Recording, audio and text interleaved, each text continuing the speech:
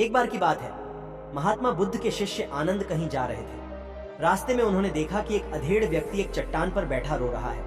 वे उसके पास गए और बोले, क्या बात है वत्स, तुम कौन हो और क्यों रो रहे हो? आनंद की बात सुनकर उस व्यक्ति की सिसकियां थम गईं। वह अपने आंसू पोंछता हुआ बोला, मैं पास के गांव का रहने वाला एक बदनसीब व्यापारी हूँ। मैं जो भी काम करता हूँ वह बिगड़ जाता है। व्यापार के चक्कर में मैंने अपनी पत्नी के गहने गंवा दिए। मैंने अपने परिवार को भी खो दिया, यहाँ तक कि मेरा घर भी गिरवी पड़ा है। मुझे तो लगता है कि मैं किसी काम का नहीं हूँ। मेरी किस्मत ही खराब है। उसकी बात सुनकर आनंद बोले, तुमसे किसने कहा वत्स कि तुम्हारी किस्मत खराब है? जरा मैं भी तो जानूं कि तुम्हारी किस्मत में क्या खराबी है। वह व्यक्ति बोला, पहले मैं खेती करता था, पर हर साल उसमें घाटा होता था। कभी सूखा पड़ जाता तो कभी ज्यादा बारिश के कारण फसल बर्बाद हो जाती। इससे परेशान होकर मैंने व्यापार करने का निश्चय किया। मैंने पत्नी के गहने बेचकर अपना व्यापार शुरू किया, लेकिन मेरा व्यापार नहीं चला। शुरू में परिवार वालों ने मेरा साथ दिया, लेकिन जैसे जैसे मुझे नुकसान होने लगा, मेरे परिवार वाले भी मुझसे दूर हो गए। मैं यह सब उनके लिए ही कर रहा था, लेकिन अब वे लोग मुझे देखकर नजरें फेर लेते हैं और मुझे ही मेरे परिवार की दुर्दशा का जिम्मेदार ठहराते हैं। उस व्यक्ति ने एक लंबी सी सांस ली और फिर बोला, मेरा एक मित्र है, उसने भी मेरे साथ अपना व्यापार शुरू किया था। उसका व्यापार अच्छा चल रहा है। वह जब भी मेरे घर आता है तो अपनी सफलता की कहानियां सुनाता है। उसकी बातें सुनकर मेरे घर वाले भी कहते हैं कि उसे देख और कुछ सीख। हमें तो लगता है कि तेरे वश का कुछ भी नहीं है। उन लोगों की बातें सुन सुनकर अब तो मुझे भी लगने लगा है कि शायद मेरे वश का कुछ भी नहीं है। अब तो मुझे अपना जीवन ही व्यर्थ लगने लगा है। मेरे मन में ख्याल आता है कि अपना जीवन समाप्त कर लूं। मैं यहाँ आया भी इसी इरादे से था, लेकिन हिम्मत नहीं कर पाया, इसीलिए यहाँ एकांत में बैठा विलाप कर रहा था। आनंद बोले, ओह, तो ये बात है। वैसे क्या तुम इसके अलावा कुछ और भी कहना चाहते हो? उनकी बात सुनकर वह व्यक्ति बोला, एक ओर मेरा हर काम खराब हो जाता है, दूसरी ओर मेरा मित्र है जो हर समय मुझे नीचा दिखाने का प्रयत्न करता रहता है। मुझे समझ में ही नहीं आता है कि मैं क्या करूं। आनंद बोले, क्या तुम अपने मित्र की बातें सुनकर दुखी हो जाते हो? हाँ, मैं उसकी बातें सुनकर स्वयं दुखी हो जाता हूँ, उस व्यक्ति ने जवाब दिया। आनंद ने पूछा, तुम्हें किस बात का दुख होता है, अपने असफल होने का या फिर मित्र के सफल होने का? उनका सवाल सुनकर वह व्यक्ति एक पल के लिए सोच में पड़ गया। फिर वह बोला, अगर सच कहूं तो मुझे अपने असफल होने का उतना दुख नहीं होता है जितना कि मित्र के सफल होने का होता है। अर्थात यदि तुम्हारा मित्र असफल हो जाए तो तुम्हें खुशी होगी? आनंद ने प्रश्न किया। वह व्यक्ति बोला, हाँ, मुझे बहुत खुशी होगी। इसका मतलब है कि तुम्हारी खुशी तुम्हारे मित्र पर निर्भर है। आनंद बोले, अगर वह चाहे तो तुम्हें खुश कर सकता है, और अगर वह चाहे तो तुम्हें दुखी कर सकता है। तुम स्वयं से न तो खुश हो सकते हो और न ही दुखी हो सकते हो।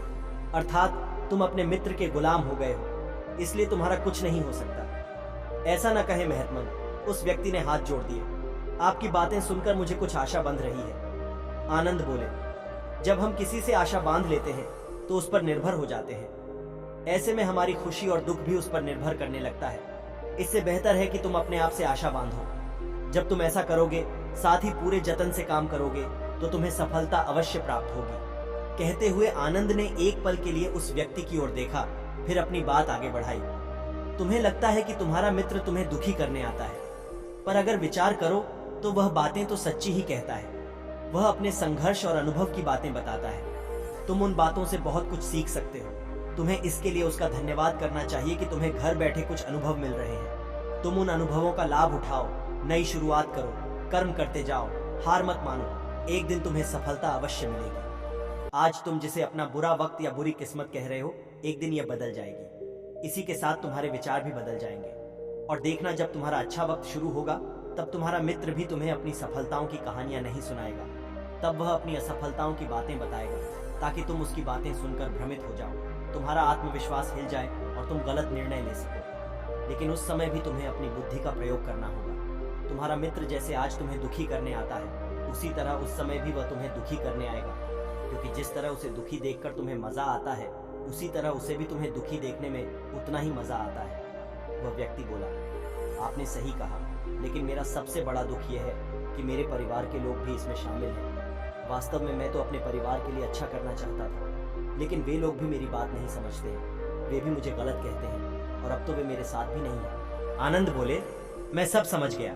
तुम सांत्वना चाहते हो, वास्तव में इस दुनिया में सभी लोग सांत्वना ही चाहते हैं। हम चाहते हैं कि हम जब भी कुछ करें तो लोग हमारी प्रशंसा करें, लेकिन आमतौर से ऐसा नहीं होता है, इसलिए हम दुखी हो जाते हैं। हमें लगता है कि हमारे मित्र, परिवार वाले सब मतलबी हैं। लेकिन तुम अगर किसी को अपना परिवार मानते हो और उसके लिए कुछ करना भी चाहते हो, तो तुम्हें ऐसा क्यों लगता है कि तुम दूसरों के लिए कुछ कर रहे हो? वास्तव में तुम अपनी खुशी के लिए कर रहे हो। इसलिए परिवार के लिए कुछ करना वास्तव में अपने लिए ही करना होता है। लेकिन अगर ऐसा करते समय तुम्हें लगता है कि तुम दूसरों के लिए कर रहे हो, तो तुम दुखी रहोगे। और अगर तुम्हें लगता है कि तुम अपने लिए कर रहे हो, तो तुम खुश रहोगे। क्योंकि जब तुम अपने लिए कुछ अच्छा करते हो या करना चाहते हो, तब तुम्हें सांत्वना की जरूरत नहीं पड़ती है।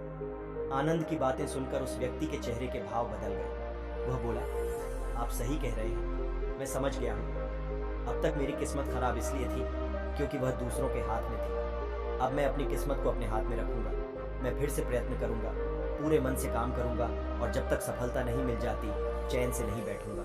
उस व्यक्ति की बात सुनकर आनंद मुस्कुराए और उसे एक छोटी सी डिबिया देते हुए बोले, इस डिबिया को हमेशा अपने पास रखना। इसमें एक ऐसा राज है जो तुम्हें बड़े से बड़े धूप से भी बाहर निकाल लेगा। लेकिन इसे तभी खोलना जब तुम्हारे जीवन में कोई रास्ता न सुझाई दे और तुम्हें लगे कि सब व्यर्थ है, ये दुनिया व्यर्थ है और यहाँ रहना भी व्यर्थ है। उस व्यक्ति ने आनंद को धन्यवाद दिया और डिबिया को लेकर चला गया। उसने नए उत्साह के साथ फिर से अपना व्यापार आरंभ किया। उसका व्यापार चल निकला। अपनी मेहनत और लगन के बल पर वह एक बड़ा व्यापारी बन गया। परिवार वाले भी उसके साथ आ गए और उसका जीवन हंसी खुशी बीतने लगा।